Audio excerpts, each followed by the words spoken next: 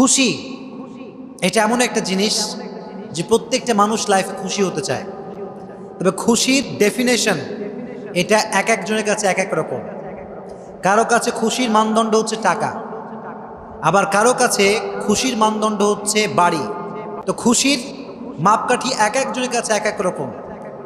এজন্য কেউ মনে করে যে সুন্দরী নারীকে বিয়ে করতে পারলে আমি সুখী হয়ে যাব, আবার কেউ কেউ মনে করে যে টাকা পয়সা কামাই ফেললে আমি বড়লোক হয়ে যাব, আমি সুখী হয়ে যাব। কিন্তু খুশির ডেফিনেশন বলবে একজন, তিনি কে? জোরে বলেন, তিনি কে? কিন্তু প্রকৃতপক্ষে খুশি হওয়ার সাজেশন দিবে আমাদেরকে একজন, তিনি কে?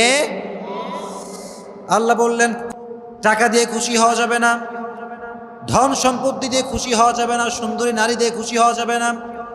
আল্লাহ বললেন তোমরা যদি অন্তরে খুশি পেতে চাও, জীবনে সুখী যদি হতে চাও, জিকির করতে হবে একজনের, তিনি কে? প্রশান্তি এবং সুখ এটা একমাত্র আল্লাহর জিকিরে রয়েছে। কার জিকিরে রয়েছে? আল্লাহর জিকিরে রয়েছে। এজন্য যখনই আপনি হতাশ, যখনই আপনার জীবনে খুব দুঃখ কষ্ট, জিকির করতে হবে একজনের, তিনি কে?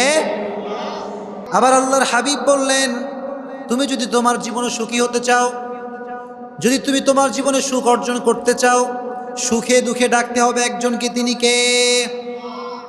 কেউ যদি তার লাইফে সুখী হতে চায়, সে যেন তার দুঃখের সময় আল্লাহকে স্মরণ রাখে, সুখের সময় আল্লাহকে স্মরণ রাখে। কারণ সুখে দুঃখে আমাদেরকে সব সময় আমাদেরকে অবস্থায় নিপতিত করে একজন, তিনি কে? এটি হচ্ছে প্রথম আমল, যে সুখে দুঃখে আল্লাহর জিকির করতে হবে। পারা যাবে ইনশাআল্লাহ।